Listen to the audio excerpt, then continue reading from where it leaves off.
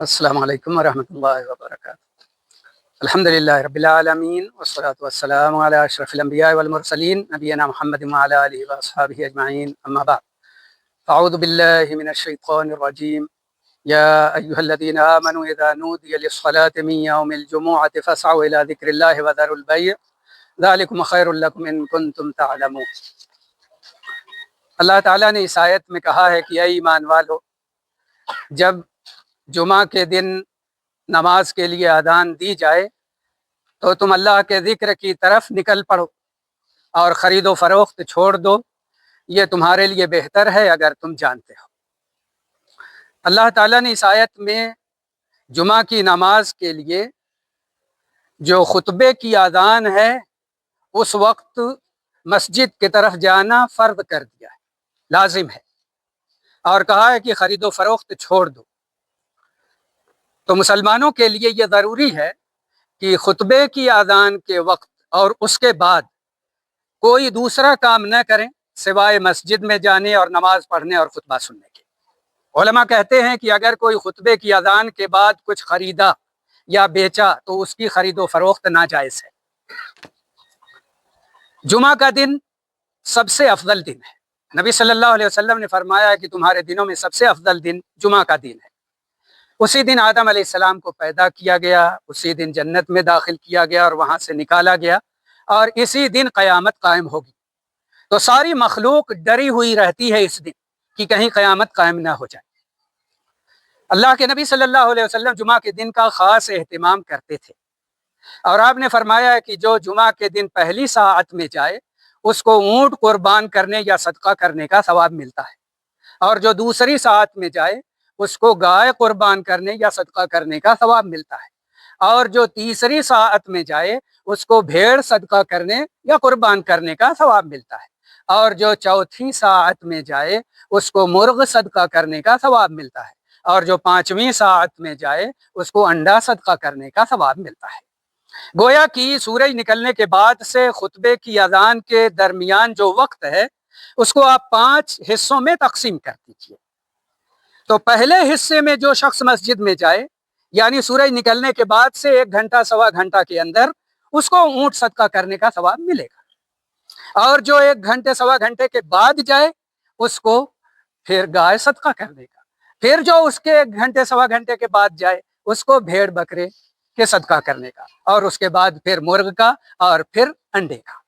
گویا کہ اذان ہو جانے کے بعد کوئی جاتا ہے تو انڈے کا بھی ثواب نہیں۔ خطبے کی اذان سے پہلے پہلے جو جانے والے ہیں نبی صلی اللہ علیہ وسلم نے ان کو یہ فضیلت سنائی ہے، خطبے کی اذان کے بعد نہیں۔ خطبہ کی اذان جیسے ہوتی ہے فرشتے دروازوں سے ہٹ کر مسجد میں بیٹھ جاتے ہیں خطبہ سننے کے لیے۔ خطبے کی اذان سے پہلے پہلے وہ دروازوں پر کھڑے رہتے ہیں اور آنے والوں کے نام نوٹ کرتے رہتے ہیں۔ اذان ہو گئی تو جانے والوں کے نام نوٹ نہیں ہوتے۔ بدنصیب ہیں وہ لوگ جو اکثر خطبے کی اذان کے بعد جاتے ہیں۔ پہلے جانا چاہیے، اول وقت، دوسرے وقت، تیسرے وقت میں جانا یہ اصل صحابہ کا طریقہ رہا ہے، اور وہ لوگ کبھی تاخیر نہیں کرتے تھے۔ 1 یا 2 واقعہ صرف پوری مدنی زندگی میں پیش آیا کہ تاخیر ہو گئی تھی 1-2 آدمی کو اس زندگی میں، ورنہ سب خطبے سے پہلے پہنچ جاتے تھے۔ تو نبی صلی اللہ علیہ وسلم نے پوچھا کہ تم نے 2 رکعت پڑھ لی؟ کہا نہیں۔ کہا اٹھو 2 رکعت پڑھو پھر بیٹھو۔ خطبہ ہو رہا تھا، آپ نے خطبہ روک کر اس شخص سے پوچھا کہ تم تاخیر سے آئے، 2 رکعت پڑھے؟ کہا نہیں۔ کہا پڑھو 2 رکعت پھر بیٹھو۔ یہ اس بات کی دلیل ہے کہ ہر شخص جو جمعہ کے لیے جائے، چاہے وہ اذان سے پہلے گیا ہو یا اذان کے بعد گیا ہو، وہ 2 رکعت پڑھے بغیر نہ بیٹھے، کوشش کرے خطبے سے پہلے پہنچنے کی، تاکہ یہ مسئلہ ہی پیدا نہ ہو۔ جمعہ کی نماز یہ فرض ہے ان تمام لوگوں پر جو لوگ کی عاقل ہیں، بالغ ہیں اور مقیم ہیں، سفر پر نہیں ہیں، ان سب کے لیے ہے یہ۔ اللہ کے نبی صلی اللہ علیہ وسلم سفر میں جمعہ نہیں پڑھتے تھے، حضر میں جمعہ پڑھا کرتے تھے۔ جب آپ رہائش پر ہوتے، گاؤں محلے اور شہر میں ہوتے تھے، تب جمعہ پڑھتے تھے۔ یہاں تک کہ آپ میدان عرفات میں تھے، جمعہ کا دن تھا تو آپ نے ظہر کی نماز پڑھائی۔